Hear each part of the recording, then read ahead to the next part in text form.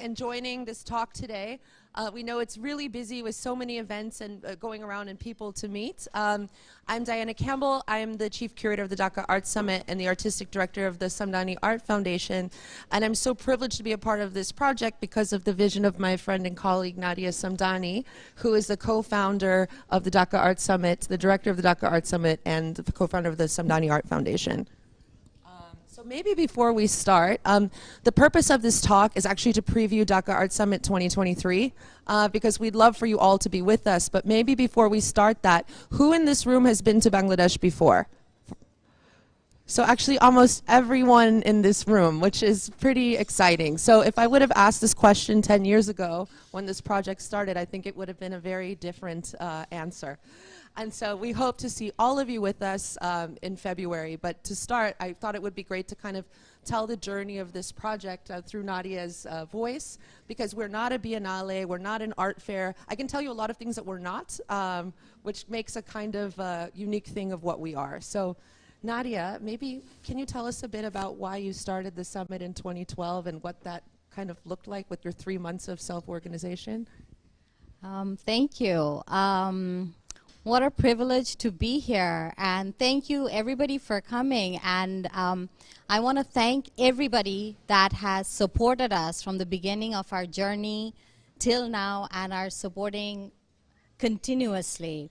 So thank you again.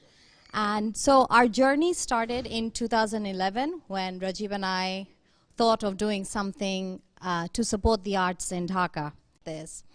So initially we thought that, okay, since there's not much going on, maybe we could do something, and which is back to in 2012 when we did our first edition. Like I said, we really didn't know how to go about this. So we actually planned the Dhaka Art Summit in 3 months and just focusing on Bangladeshi artists. And luckily, one of our commissions of Dhaka Art Summit by Tayyaba Begum Lipi was acquired by the Guggenheim Museum. So that's where kind of the journey started. And then in 2014, which was our second edition, we were much more organized. We had curators, lots of artists, and interests. So this is one of our success stories of Rana Begum. Rana Begum is a Bangladeshi diaspora artist living in the UK and has been doing amazing works with metal and different kinds of sculptural works. And when we invited her to do something in Bangladesh, also her childhood was in Bangladesh. She's from Sylhet, a part where Rajiv and I are from. And so she wanted to create something with baskets. And this is actually about her new, you'll see a lot of her works, how it's developed from this project, and the way this was installed in our space in the Shilpakala Academy, which was the cultural art center in Bangladesh, who we partner with. So the beautiful lights that seeps in. Yeah, so anyway, go ahead. And I think what's really interesting about this is that Bangladesh has really very difficult infrastructure when it comes to showing art that might be made somewhere else. So really high import taxes. Also, if she wanted to make works in metal, which is what she normally does, metal doesn't really exist in Bangladesh. But this was a challenge for her. She had never made a work like this before. And suddenly this kind of made sense that the work was not really about the material, it was about light. And she had been working in the UK for years. She went to art school in the UK. But it was actually a curator from the UK seeing her in Dhaka that gave her a show in the UK that allowed her career to kind of develop to the point that it is now. So if you see the cloud works and things like that, it all kind of stemmed from this change in the work with the basket piece. So then again in 2016, so this image on the left-hand side, you see Sandeep Mukherjee. This was a commission. So this is kind of to show you the space of how we recreate the space for every edition. And this was a commission done for us where where people could walk on the art. And the next edition, and one of our main Dhaka Art Summit, the beauty is about the people, the visitors, all the different types of people that come. And what we are, we don't sell tickets. You don't need registrations. It's not by invitation only. It's free and it's open for all. And we have successfully managed that, and it's become a huge success. Like, for example, in the last edition in 2020, in February, in 9 days, we had almost 500,000 visitors, which is huge. And I think it's one of the highest visited art events in the world. And of course, local visitors and visitors from all around the world have visited. And I think also an important thing to share is collaboration is such an important part of how this happens. So for example, here you're seeing a beautiful work by Zarina. Bangladesh, for example, doesn't have art insurance. So how to show something like this? So it's actually lenders, galleries, collectors that kind of come together and lend their infrastructure because they think, they and the artists think it's important for their work to be seen in this context. And also over time, training up, it wasn't like there were art handlers in Bangladesh. So also there's an element of training people across editions, and now it's incredible to see them employed by other initiatives in the region. We also work with guest curators, so Devika Singh, whom many of you in Paris might know. This predated her, her time at Tate, so it was wonderful for this research in Bangladesh to kind of continue with her as she moved into different roles.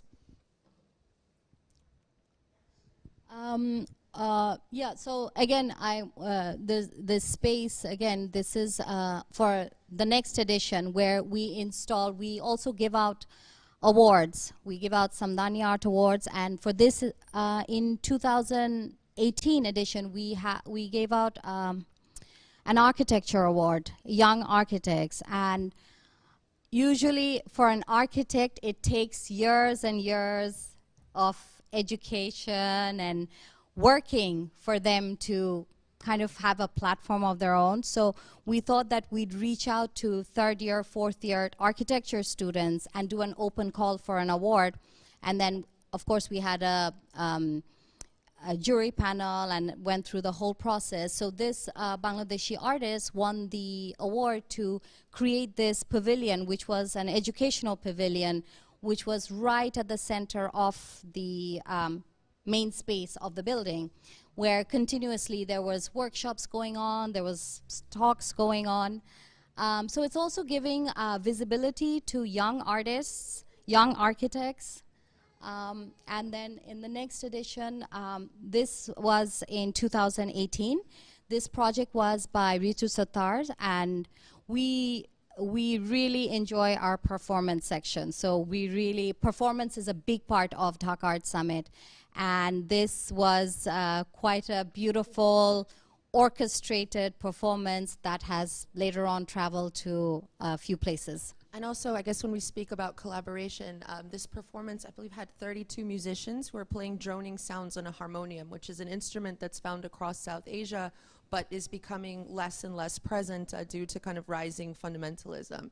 And so this was kind of a protest against that. And we in Bangladesh were able to realize the performance. We didn't have the financial means to realize the film. So the Liverpool Biennial partnered with us. They produced the film. We produced the performance. And sadly, this got delayed due to the pandemic, but the film and the performance will go to MoMA. And it was wonderful to have, like, this artist has not sold an artwork before. She doesn't have a gallery. It really was about creating that context where the works can speak for themselves in a very powerful way.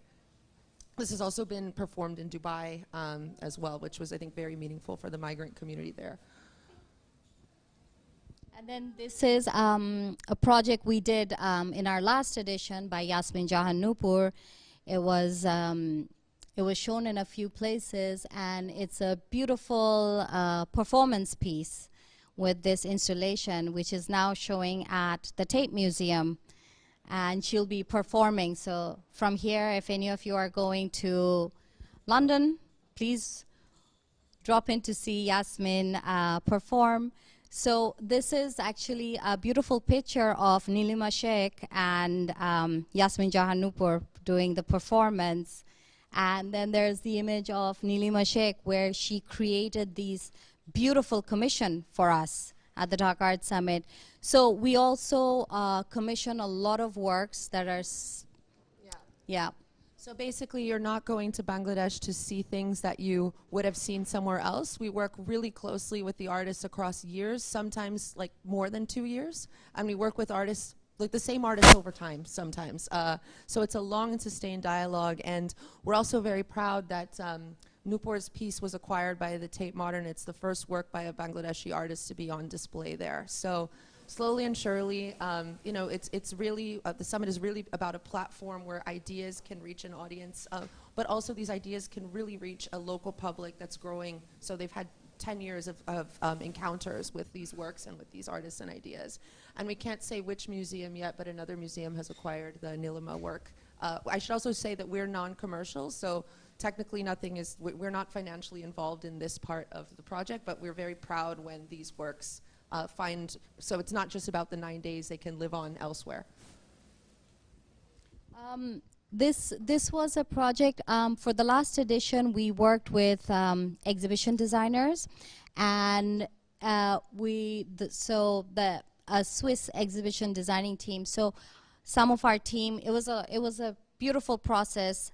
A group of our team members traveled to Switzerland, and the Swiss team came to Bangladesh to train and do workshops, and it was a place where we wanted to really reduce carbon footprint and how to make the space where we don't build walls and close off the space, but keep the space as it is and kind of have the airflow. So there was a lot of local materials used, so these are jutes, and this was also one of the first times we used cinema banner painters, and it also kind of talks about shared solidarity movements across Africa and Asia. So we worked with Savvy Contemporary, and the researchers made a giant timeline of these protest movements.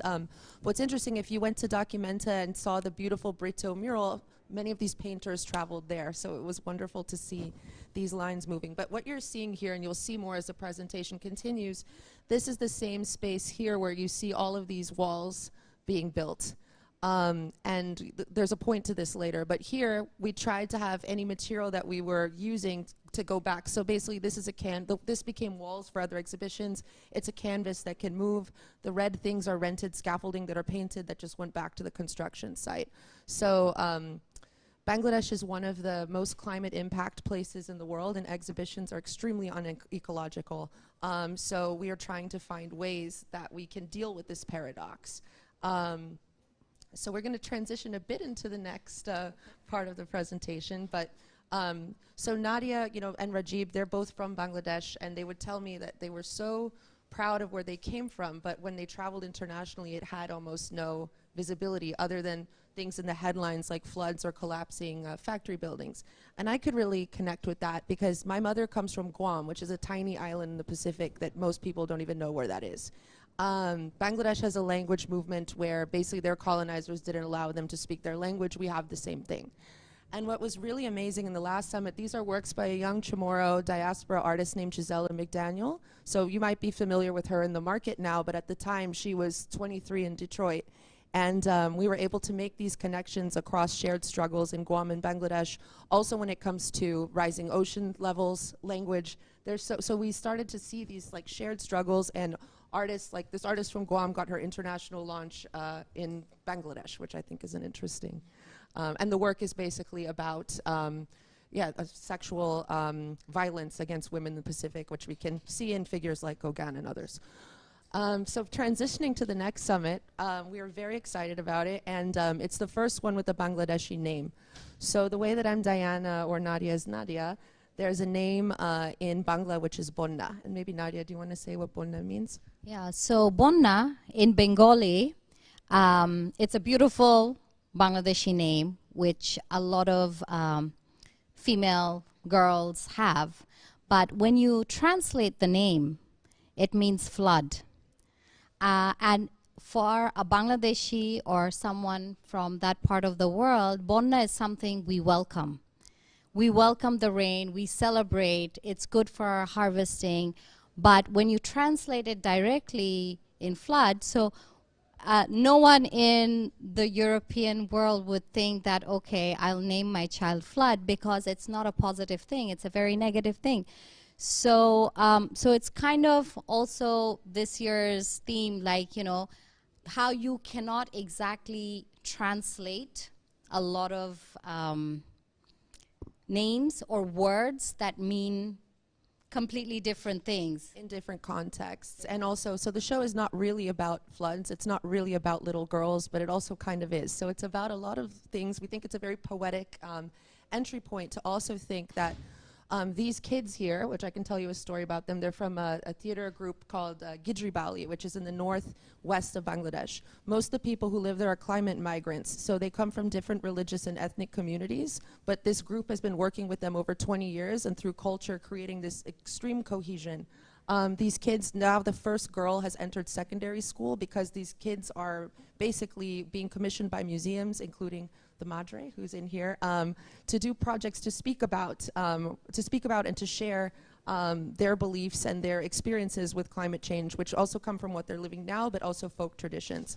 So they interpreted the curatorial theme, which I should say also the theme was developed with our art mediators as well, who have been working with us like over the past 5 editions. So they were able to basically get a preview of what this was and opine and give an opinion. So they're very much in this. But you guys can watch a video on YouTube where these kids basically interpreted this into a play that's a video. And so for them, Bonna is this figure that brings chaos, but chaos can provide change and chaos can shake things up for a better future.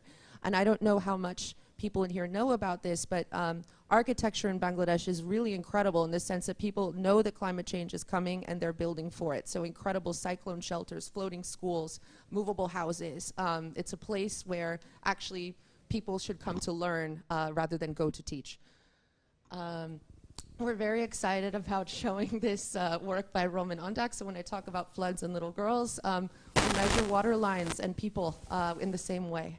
And so this is an old work by Roman Ondak. He hasn't shown it in a really long time, and I think it took me 3 editions to convince him to let us show this. But it's a piece called Measuring the Universe, and it's measuring all of the visitors that come into the space. And since we are so densely visited in Dhaka, it will look completely different than other iterations of this piece. The art mediators have also been heavily involved in speaking to the artists. So as I mentioned, artists are making new work for the summit. So this is one that's coming for 2023. It's by Ritika Merchant, and it's called Transtidal. And so she was doing research about folk stories and traditions about floods and rivers in Bangladesh. So you have mud skipper fish in here. Better for you to come see it and for her to tell you all the stories. It would take the whole time of this talk, but we're just kind of trying to give you a little bit of a preview of some of the thematics that will come together as you come to visit. We are very excited. This is a rendering, but we also work a lot with architects, not just with artists, because we don't like these silos of creativity. So this is a rendering of a pavilion by a South African architect of Indian diaspora named Sumaya Valley. And she's making a clay pavilion inspired by, I guess, many cultures to be able to conjure rain is one of the ultimate powers, and it exists in many, many cultures. And in South Africa, it's women that are conjuring this power. And so it's going to be a pavilion which is made of a combination of fired and unfired pots, and women will come and wash the pots. And so over the course of 9 days in a choreography, you will see the pavilion change with the water and the earth interacting.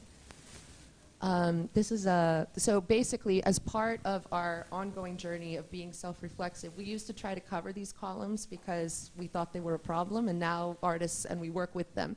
And we also try to give space for maybe emerging artists that haven't had a big presentation before. So this is an emerging artist who is of Indian diaspora but grew up in Hawaii, so also bringing that Pacific and Bengali traditions together. And she's inspired by traditions of the Durga Puja, where basically trees are dressed as brides and are used to, people are marrying nature. So it's looking at this intersection between humans and non-humans, but also using jute, which is a material that's extremely violent when it comes to colonial history, particularly in Bengal. We don't want to only make work that talks about disaster and climate change. We actually want to do something to help it. So basically, you might have heard that there were major floods in Sylhet this summer. So there's a great architect named Rizvi Hassan He just won an Aga Khan Prize for Architecture, and he's been working with flood-impacted communities in Sylhet, and we've been commissioning these woven mats that are called Shitalpati, but in a contemporary way, which he's going to be showing. There's going to be an architecture exhibition curated by Sean Anderson, who is formerly at MoMA and now the head of undergraduate studies of architecture at Cornell. And the show is going to be called To Enter the Sky, and it's looking at the architecture of turbulence. He also curated for us Before, absolutely. So we really welcome return characters because we think that you grow with the deepening and the context. So if you had asked me in 2012 if I'd ever work with Antony Gormley and Dhaka Art Summit, I probably would not have thought that would happen. But actually, Antony and I did an interview, and he lived in India for, I believe, 4 years before he went to art school studying Vipassana yoga. So basically he was interested in discovering that space inside of him, and when you know that, you can see the practice in a certain light. And he hasn't been back to the region since 1974, and he is experimenting with our teams. What you're seeing here is our daily WhatsApps of bamboo experiments. So he's going to make a work with no carbon footprint, experimenting with bamboo artisans. It's going to kind of take over this plaza and then be recycled into other materials. So you're seeing something that's not formed yet, but it's more this kind of process of working with artists in experimental ways. And they can work this way in Dhaka in a way that they probably could not in other more, more formal contexts. This is a work by a Belgian performance artist named Meet Warlap. It's called The Board. Her brother actually volunteered in Bangladesh when he was a teenager. But it's a humorous work where basically these pants without heads walk around judging the artworks. But we have a very interesting and first-time collaboration with the Bangladesh Garments Manufacturers Association. So this is basically the backbone of the country. These women who are working there have, I don't know if you know this, but Bangladesh has the highest female purchasing power in South Asia. Women are a very strong workforce, and there are very bad parts of the garment industry. The women in the garments industry are the backbone of our society. So, and the economy. So the huge contribution. So this also work kind of references that. The new work. So the new work. So basically, the story, the positive side of the garment story hasn't been told well yet. So Meet is going to be going to Dhaka with me in a few weeks and meeting with the BGMEA, and actually there's going to be a female version of this piece, but also the factory workers will be involved in performing the piece as well. So the factory workers will be making the garment, they'll be performing in it, and because these women are the pants of the society. And also, of course, being fairly compensated and all of that. Absolutely, yes. Absolutely. Next, so this is another big experiment, but there's an Indian artist named Afra Shafiq, and she's interested in something she calls the Anternet rather than the internet, but and inspired by this form of Minecraft. So she's making a video game that's using this kind of a metaphor of a queen ant that is very, disillusioned with her colony. She leaves, she falls asleep, but when she wakes up, there's all these ants around her that she has to lead. So this is very much at the beginning of an experiment, but I bring it up because it's a collaboration with Pivot in Brazil, Kunstal in Zurich, FHNW in Basel, but also Garage in Moscow. And I bring that up because this predated the war. The curator is Ukrainian and gay and had to flee out of the country. And I think it's important to find ways. This work will not show in Russia. It cannot show in Russia, but the kind of intellectual contributions are something we're trying to keep. This is an artist that we're also very proud of named Joy Dabruaja. He is an indigenous artist from Bangladesh, part of the Hill Track community. And when we talk about floods, under the Pakistani era, the flood, there was a dam built and it flooded even the castle of the king, so it's underwater. So imagine for people what that might feel like. And here in his imagination, his people are holding up the palace and they're finding hope out of the floods. So we're very excited to be showing this. Simon Fujiwara is an artist based in Berlin who has created this incredible character, which I guess many of you could have seen at the Paris Plus, named Who the Bear. And Who the Bear finds himself in many historical and art historical conventions and conversations, but he's going to come to Dhaka for the first time. And this is a good entry point to talk about a show that we're commissioning with the Kiran Nader Museum of Art in New Delhi. So Who has very serious things to say to adults, even though he looks like someone childish. And we found that, for example, in the slavery show at the Rijksacademy, traces of Dutch slavery in Bangladesh are found in nursery rhymes that kids are talking about, that kids say in Bangladesh. There's a lot of adult material hidden in kid stuff, and actually the things we say to kids form adults. So we want to look, or the show will be looking critically at, how we connect with our inner child and how we maybe think about other ways to, I guess, to transfer knowledge and to, build a better society. But what's interesting, so for us, the show will be on for 9 days. In Delhi, it will be on for 3 months, and it will develop over the course of the collaboration with book publishing, talks, commissions. But we're very excited that Simon is going to be contributing to this and bringing Who to South Asia for the first time. Matt Copson, I'll go a bit quicker, but he's a British artist, and he has this piece, I think this one's called The Age of Coming, and you have a child, and he has a storm inside of him, and he's storming. And it's also incredible when you think about these metaphors. Bona is a girl that is named after a weather pattern. Normally weather patterns are named after girls, and actually someone in here's child asked me why it had to be a girl. So we're also trying to look at these relationships between gender, climate change, and how we relate with weather. So on that note, this is a work by a Bangladeshi modern artist named Shafuddin Ahmed. It's called The Cry, and you can see these eyes that are kind of moving around like storms. And Cecilia Bengolea just left, but I was working with her on a text, and one of the lines was that storms have eyes and eyes have storms. And we're trying to look at these connections in poetic ways with artists. Marina Perez Simão is an incredible Brazilian artist, and she's interested in what could liquid look like in other universes. So she's kind of making a new body of work of looking at, hypothetical storms in outer space. Aisha Sultana, maybe Nadia, you can say a bit about our relationship with Aisha Sultana. Yeah, Aisha Sultana was in 2014, every edition we have this award, Samdani Art Award, and it's an open call. All young artists can apply for this, and then of course it's shortlisted, and there's a beautiful curated show. So in 2014, Aisha Sultana won the Samdani Art Award, and since then, she's just I think one of the very incredible success stories of the Dhaka Art Summit is Aisha Sultana. She's everywhere now. There's a big wait list, and she's just producing the most beautiful, sensitive works. Yeah, and before, just didn't have an audience. So we'll have new work by Aisha, but I also love these new aluminum sculptures that she created, which almost look like water is seeping through the room. The show won't be this literal about floods, but these are the projects that have kind of emerged. We have 120 artists in the show, most of them from Bangladesh, most of them from South Asia, so a lot ahead.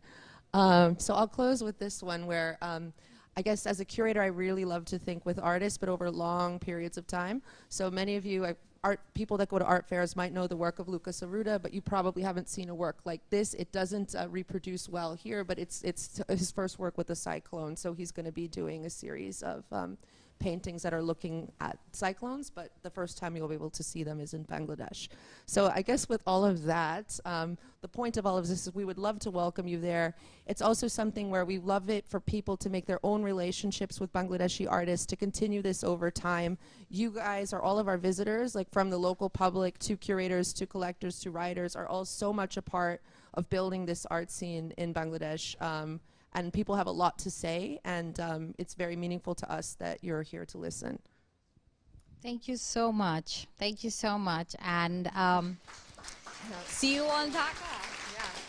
And if anyone has any questions, we're also very happy to answer them. Critical questions, general questions of travel, anything. We're here to answer them. Happy to see you in person. Finally. Yes, Catherine has a question. And Catherine is someone who is a dear friend of the Dhaka Art Summit and has come to Bangladesh many times and is the director of Madre at the moment.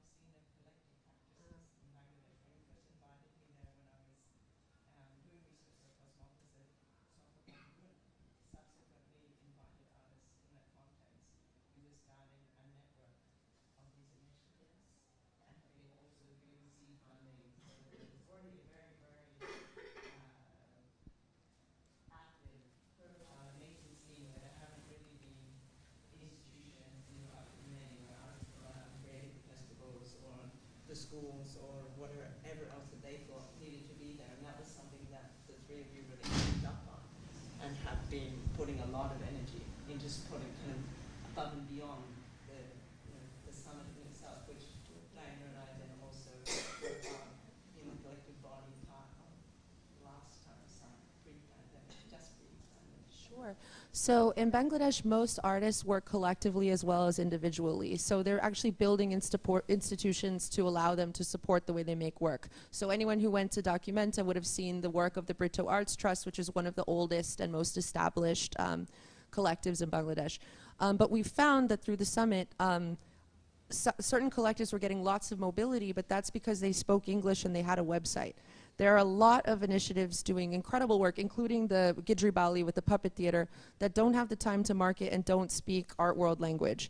And so we actually spent about a year mapping out what are the forms of collective practice and socially engaged practice in Bangladesh, and kind of created a resource so that people who wanted to learn about them could, through write-ups, interviews, conferences, and then we gave seed funding to each of these organizations to do a project and also allowed them to share knowledge and brought in other people to, like Catherine, to come and to discover what they were doing and to also share knowledge. So for us, socially engaged practice and collective practice is very much a part of the kind of work that's being made in Bangladesh. It's not this, there are examples like Aisha Sultana of this kind of individual, for lack of a better word, genius, which is a problematic word, but she's also working in a collective manner, and that type of work is as important, if not more important, than the individual practice.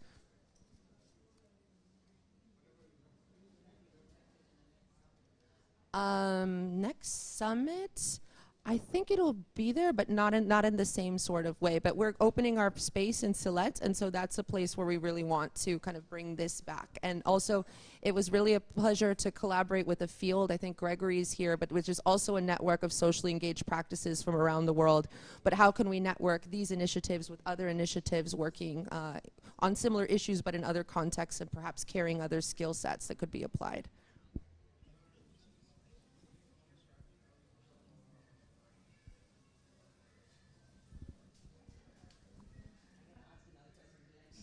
You can.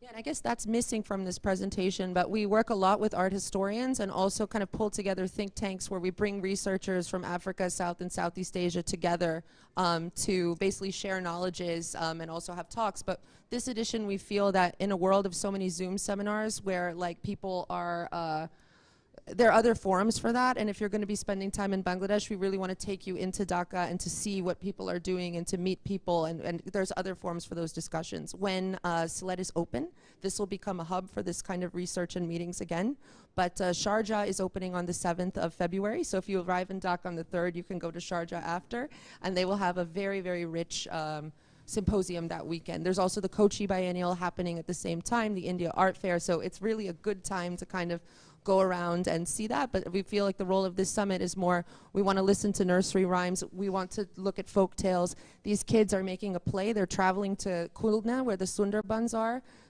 to basically co-produce a theater play that's looking at what fair transition means. So for example, if we all cut our carbon consumption right now, the people that would be hurt the most are the parents of these kids, and that's a story that's not told enough. So we feel like if we're all going to be traveling and talking about climate change, we want you to meet and to spend time with these children, because that's who is actually going to be living the consequences of our choices and who are going to be building the future. Yes, Marianne. Sorry, what? To us, our team, yes, of course, we're always open. Like we receive ideas and projects all the time, and sometimes they're we like that sort of feedback, and I think that's also something that I find very how do you say liberating in Dhaka. Like while I might not have like HD projectors that we can rent or all this kind of general stuff, we have an appetite to do things, and we don't have this kind of long approval process, and it's really like a can-do attitude. Like there is a moment where we'll say we cannot do this, but we try for as long as possible to. Yeah, try, the max.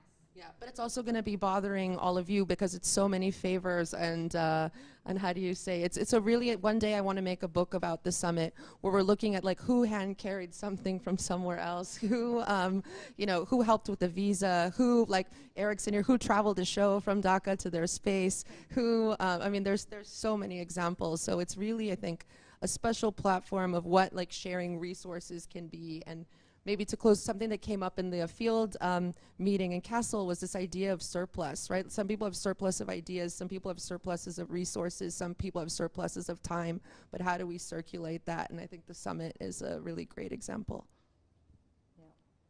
Yeah, and Dhaka Art Summit is a collaboration of everybody. I mean, of course, we organize it, but it happens through everybody's support. The artists, the curators, visitors, supporters, everybody. Yeah. And maybe like once I was sitting at a dinner and someone told me that they heard I worked in the worst place in the world, and luckily other people at the dinner had been there and were like, "Are you out of your mind?" So it's also I think really important to in a world of closed minds, like it's great that you're all in here to listen, like how can we try to make the world more open and to be open to learning to other ways of living, especially in a place like Bangladesh that is coming up with incredible solutions for, we're all going to be facing more floods. Great. Thank you so much.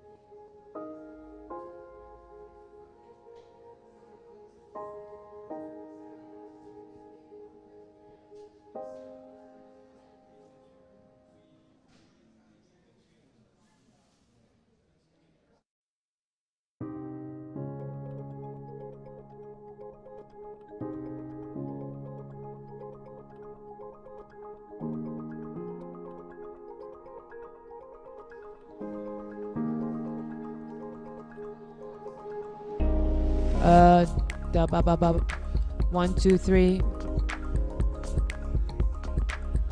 We're streaming. Hi everyone. So let's just test. Can we stop streaming? You have. Can we stop streaming?